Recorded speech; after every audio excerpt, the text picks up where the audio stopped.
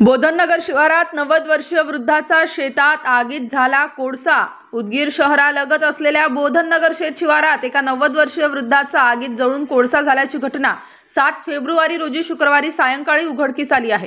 सूत्रांनी दिलेली माहिती अशी की बोधननगर शिवारातील शेतात असलेल्या कोपीत वृद्ध व्यक्ती झोपेत असताना कोणीतरी अज्ञात व्यक्तीने कोपीला आग लावून पेटवून दिले।